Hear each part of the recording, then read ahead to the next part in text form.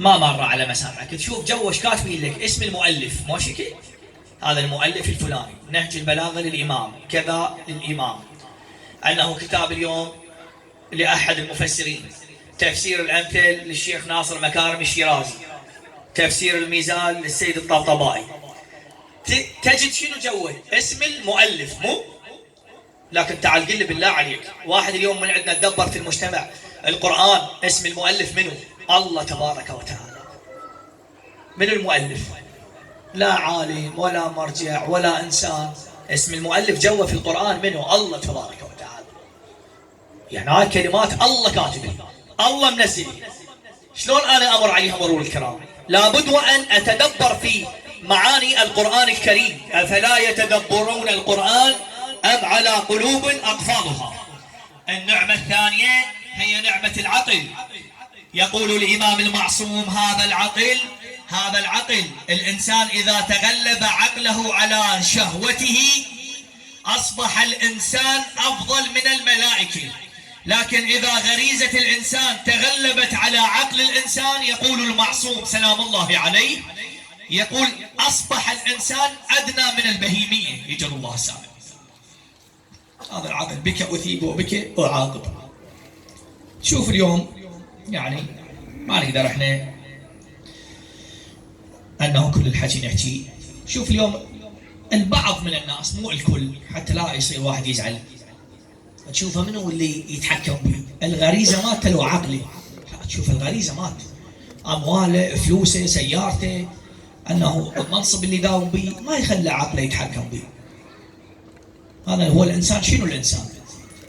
هو الإنسان ما يعرف متى يغادر هذه الحياة الدنيا. يوم من الأيام واحد يقول له للإمام أمير المؤمنين عليه السلام، يقول له يا علي أتعرفني من أنا؟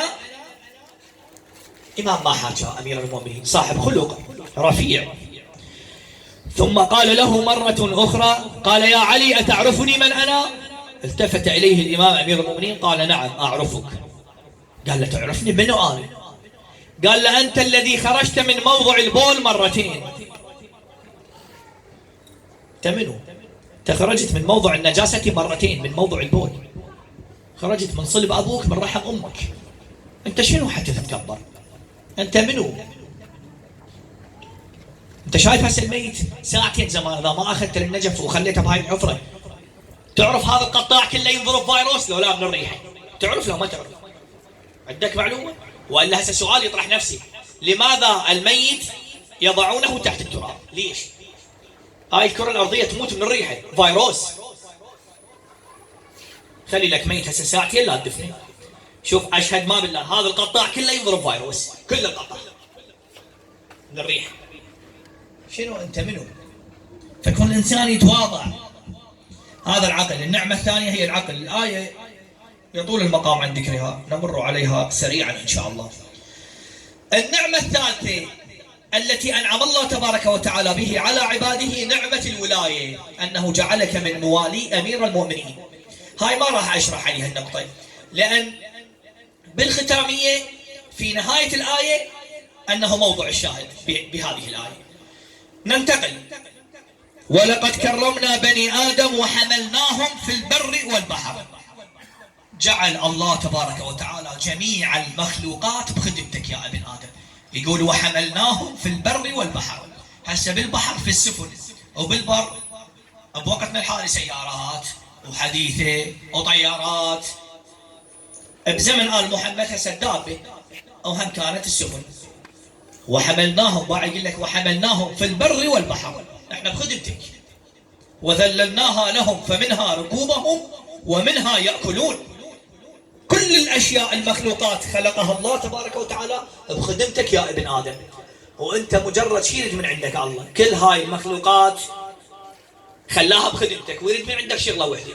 شنو هي الشغلة؟ بس تطيع فقط فقط. وإذا ما تطيعها أنت ما راح تضر الله تبارك وتعالى بشيء، لكن لنفسك. وما ظلمناهم ولكن كانوا أنفسهم يظلمون.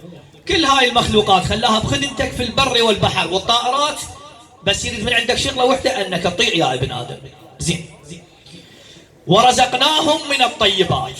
هسه التكريم بالبداية قالت الآية ولقد كرمنا التكريم شنو؟ التكريم مرة يكون مادي ومرة يكون معنوي. إخواني آبائي، التكريم مرة يكون مادي مرة معنوي. مرة أنا أكرمك بكرامة مادية، مرة أكرمك أنا بكرامة معنوية. تقول الآية ثم ورزقناهم من الطيبات. الرزق هم مرة يكون مادي مرة يكون معنوي. هسه مرة الله يرزق الإنسان، مو هسه ايش قال في هذه الآية؟ ورزقناهم من الطيبات. من بعد ما قال وحملناهم في البر والبحر، قال ورزقناهم من الطيبات. زين، نأتي إلى الرزق. هسه الرزق مرة شو يكون مادي ومرة يكون معنوي. يعني شلون أبين لك؟ مرة الرزق مادي، الله يرزقك أموال، أنت ذو مال، هاي ذو